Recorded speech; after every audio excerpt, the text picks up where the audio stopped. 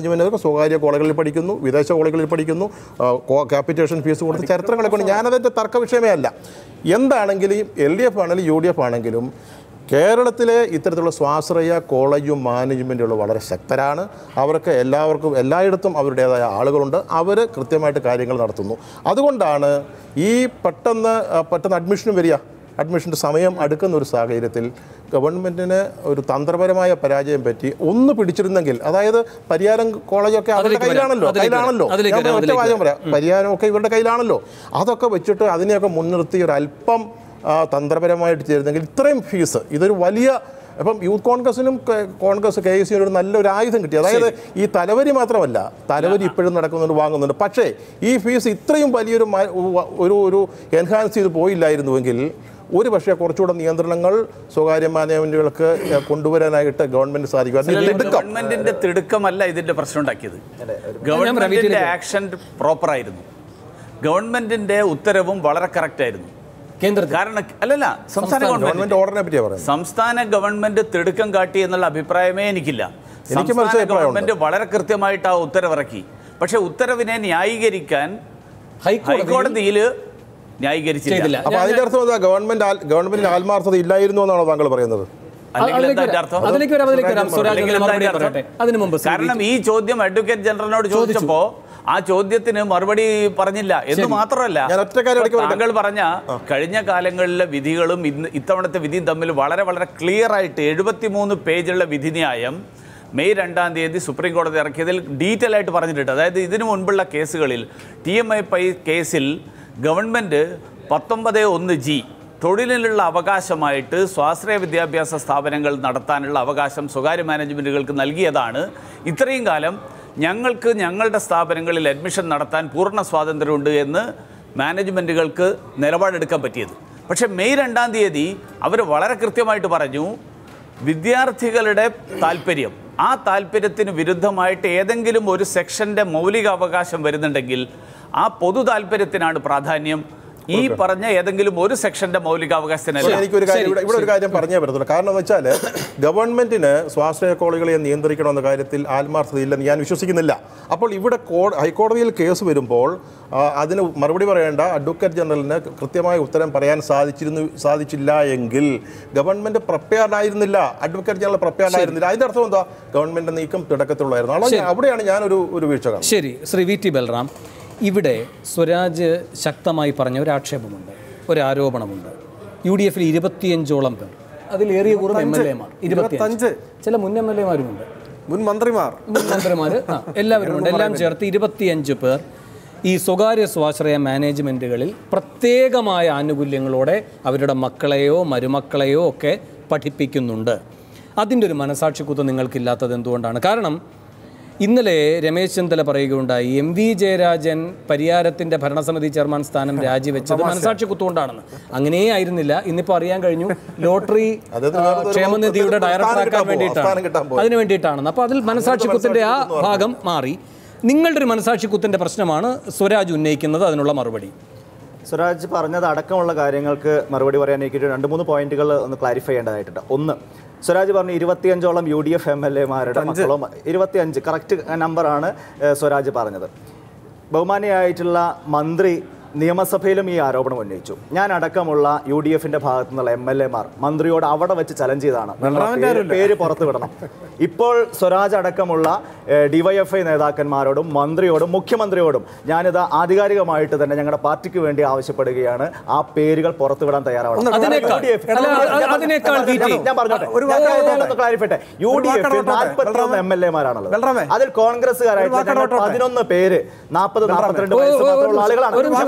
ഞാൻ എന്റെ മകൻ 1-ാം ക്ലാസ്സിൽ ചേർക്കാനുള്ള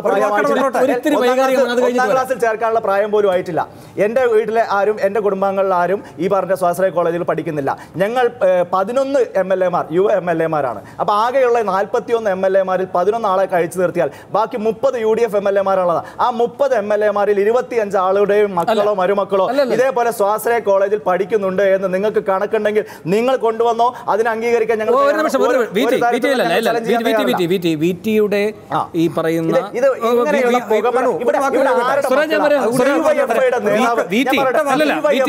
വികാരം രമേശന്റെ മകനാണ് പരിയാരം മെഡിക്കൽ കോളേജിൽ സ്വാശ്രയ സീറ്റിൽ പ്രവേശനം നേടിയത്.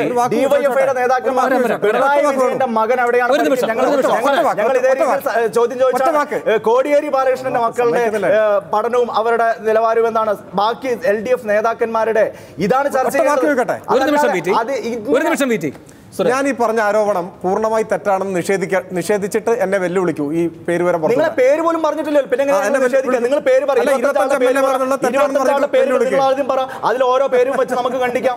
25 ആളുടെ പേര്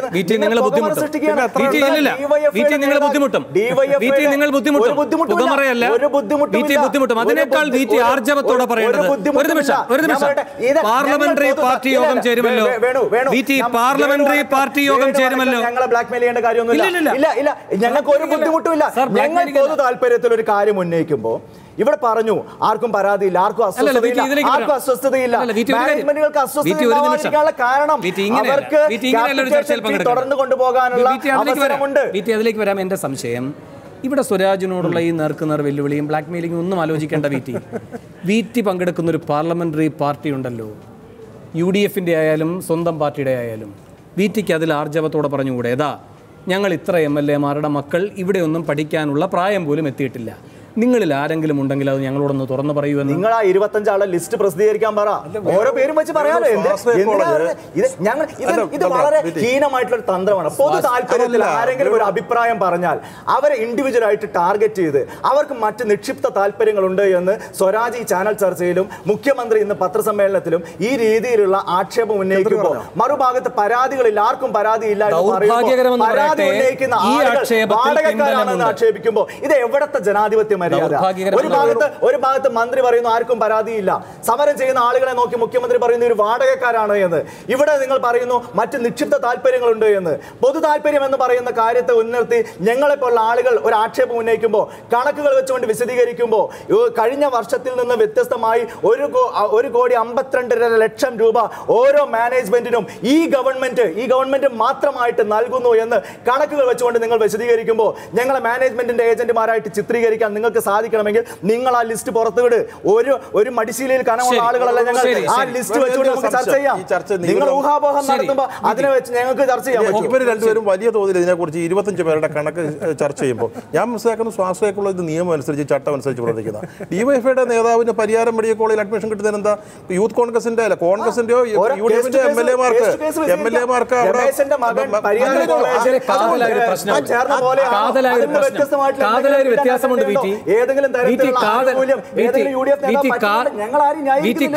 വ്യത്യാസമുണ്ട്.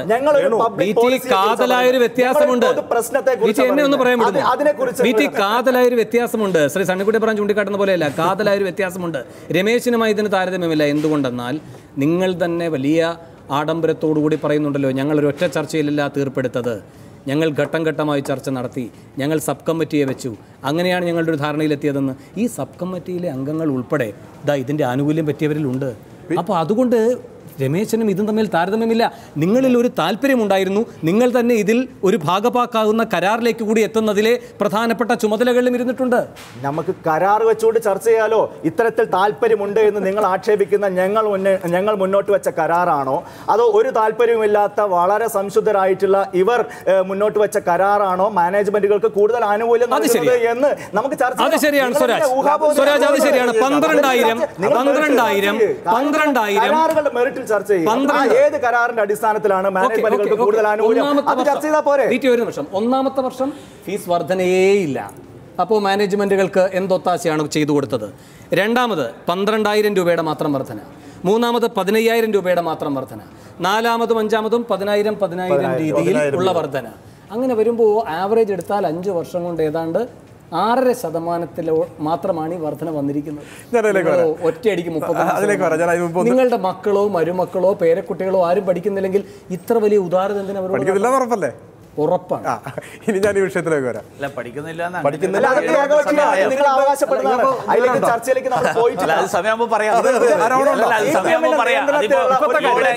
ഇവിടെ വിധി പറയേണ്ട ഒരു വിഷയമല്ല. അല്ലല്ല, അങ്ങനെ പറയരുത്. ആരോപണം ഉണ്ടെങ്കിൽ പറഞ്ഞോളൂ. ഒരു കാര്യം കൂടി പറഞ്ഞോളൂ. CPM-ന് ഇതിൽ നേരിട്ട് പെക്യൂനിയറി ഇൻട്രസ്റ്റ് വരികയാണ്. കാരണം CPM-ന്റെ നേരിട്ടുള്ള നിയന്ത്രണത്തിലുള്ള പരിയാരം കോളേജിന് കഴിഞ്ഞ വർഷത്തെ ഇരട്ടിയായിട്ട് ഫീസ്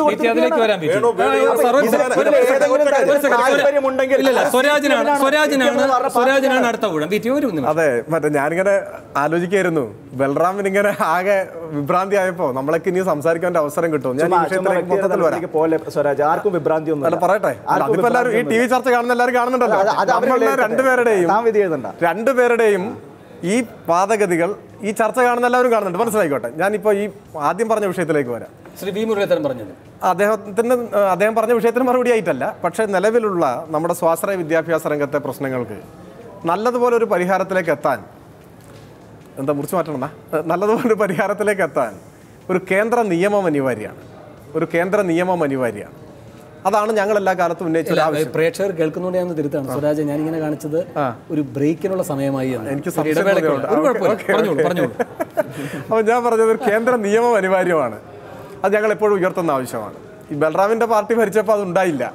അപ്പോൾ ഇവർ പറയുന്നത് ഇവർക്ക് ഇതിൽ നല്ല ഉദ്ദേശശുദ്ധി ഉണ്ടെന്നാണല്ലോ പറയുന്നത്. അപ്പോൾ ഒരു കേന്ദ്ര നിയമം ഉണ്ടാവണം. ഒന്ന്. രണ്ട്, ഇദ്ദേഹം നമ്മുടെ ഉദ്ദേശശുദ്ധിയെ അംഗീകരിച്ച ആളാണ്.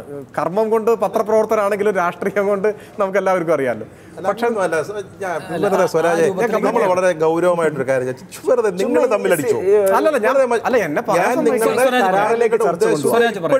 നിങ്ങളുടെ LDF ഗവൺമെന്റിന് മനസ്സിലായിട്ടില്ല സ്വാശ്രയ കോളേജുകളെ നിയന്ത്രിക്കണമെന്ന് ആത്മാർത്ഥമായ ആഗ്രഹം ഉണ്ടെന്ന് വിശ്വസിക്കുന്ന ആളാണ്. അതെ, ഞാൻ അതല്ലേ പറഞ്ഞേ. ഞാൻ പറഞ്ഞ കാര്യം അല്ല, അത് കഴിഞ്ഞും ചിലതൊക്കെ പറഞ്ഞു. ഇല്ലല്ല, ഞാൻ പറഞ്ഞത് അദ്ദേഹം രാഷ്ട്രീയ കാര്യങ്ങളാൽ നമ്മളോട് യോജിപ്പില്ലാത്ത ആളാണെന്നാണ് ഞാൻ വിശ്വസിക്കുന്നത്. എൻ്റെ വിശ്വാസത്തിനാണെങ്കിൽ ശരി.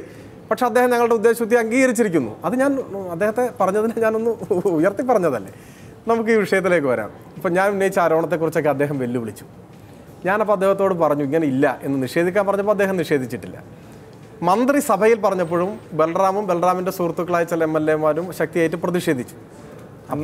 അപ്പോൾ നിശബ്ദമായിട്ട് തലകുനിച്ചിരുന്ന ഒരുപാട് പേരുണ്ടായിരുന്നു. ഞാൻ നല്ല ഉത്തരവാദിത്വ ബോധത്തോടു കൂടി ആവർത്തിച്ച് പറയുന്നു, 25 UDF MLA-മാർ, പറയട്ടെ, മുൻ മന്ത്രിമാർ ഉൾപ്പെടെ, ശരിയാണ്, ഇദ്ദേഹം പറഞ്ഞതുപോലെ അങ്ങനെ ഒരു കോളേജിൽ പഠിക്കുന്നത് തെറ്റല്ല. ഞാൻ പറയട്ടെ, കംപ്ലീറ്റ് ചെയ്യാം. അങ്ങനെ ഒരു കോളേജിൽ പഠിക്കുന്നത് തെറ്റാണെന്നല്ല എൻ്റെ ആർഗ്യുമെന്റ്.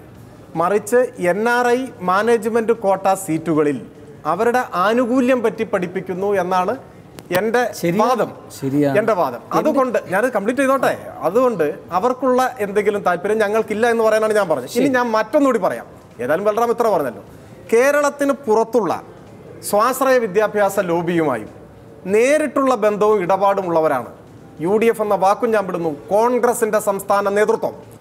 ഇനി ഒന്നുകൂടി അതിന് തെളിവായിട്ട് പറയാം. കാട് സൊന്നപ്പനഹള്ളിയിലുള്ള കോശി സ്കൂൾ ഓഫ് എഞ്ചിനീയറിംഗ് ആരാണ് ഉദ്ഘാടനം ചെയ്തതെന്നും കമ്മനഹള്ളിയിലും പരിസര പ്രദേശങ്ങളിലുമുള്ള സ്വാശ്രയ നഴ്സിംഗ് കോളേജുകളുടെ പരസ്യ ബ്രോഷർ മലയാളി വിദ്യാർത്ഥികൾക്കിടയിൽ വിശ്വാസ്യത കിട്ടാൻ വേണ്ടി ആരുടെ ചിത്രം വെച്ചാണ് പ്രസിദ്ധീകരിക്കുന്നതെന്നും അന്വേഷിച്ചു നോക്കിയാൽ കാര്യങ്ങൾ കുറച്ചുകൂടി വ്യക്തമാവും. പിന്നെ ഞാനിത് പുറത്ത് വിടണം, ലിസ്റ്റ് വിടണം എന്നാണ് പറയുന്നത്. അത് പറയുന്നതിൽ ഞാൻ കരുതുന്നത്, ഞാൻ ഈ ചർച്ചകളിൽ വ്യക്തിപരമായിട്ട് കുറേ ആളുകൾ, ഇന്ന ആളുകൾ എന്ന് ടാർഗറ്റ് ചെയ്യാൻ ഇപ്പോൾ ഉദ്ദേശിക്കാത്തത് ഇതൊരു പൊതുവായ വിഷയമായി ശ്രദ്ധയിൽ കൊണ്ടുവരാനാണ്. അതങ്ങനെ ചെയ്തേ തീരൂ എന്ന് ബൽറാം വാശി പിടിക്കുന്നതിൽ വേറൊരു താല്പര്യം കൂടിയുണ്ട്.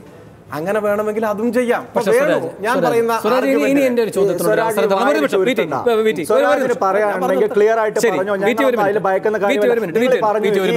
NRI സീറ്റ് എന്ന് പറഞ്ഞത് നിങ്ങളാണ് 12.5 ലക്ഷം എന്നുള്ളത് 15 ലക്ഷം ആക്കി വർത്തമാനം പറയുന്നത്. 11 ലക്ഷം ആക്കി കൊടുത്തത് നിങ്ങളാണ്. NRI സീറ്റിലും മാനേജ്മെന്റ് സീറ്റിലും ഇത്രമാത്രം വലിയ വർധനവ് കൊടുത്തിരിക്കുന്നത്. ഉയർത്തിയ ഫീസ് മാനേജ്മെന്റുകൾക്ക് നൽകി. മാനേജ്മെന്റുകൾ അന്ന് UDF സർക്കാരിന്റെ കാലത്ത് പരാതിപ്പെട്ടിട്ടുണ്ട്. അവർ ഗവൺമെന്റിനോട് നിസ്സഹകരിച്ചിട്ടുണ്ട്. ഈ ഗവൺമെന്റ് കാലത്ത് നിങ്ങൾക്ക് ഒരു നിക്ഷിപ്ത താല്പര്യവുമില്ലെങ്കിൽ അവർ നിങ്ങളോട് സഹകരിക്കുന്നു.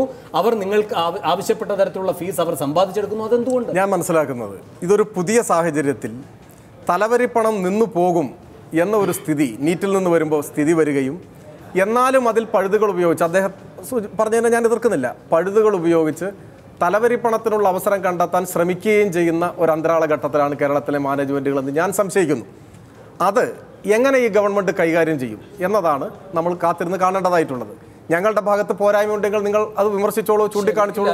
പിന്നെ അല്ല, പരിഹാരത്തിന്റെ കാര്യം അദ്ദേഹം പറഞ്ഞു. ഞാൻ ഇടവേളയ്ക്ക് ശേഷം വരാം. എനിക്കൊരു ഇടവേളയ്ക്ക് വേണം, കാരണം നമുക്ക് എത്ര നേരം നാം ചർച്ച ചെയ്യുകയാണ്. മറ്റൊരു ചാനലിലും കിട്ടില്ല ഇത്രയധികം നേരം ഒറ്റയടിക്കൊരു ചർച്ച.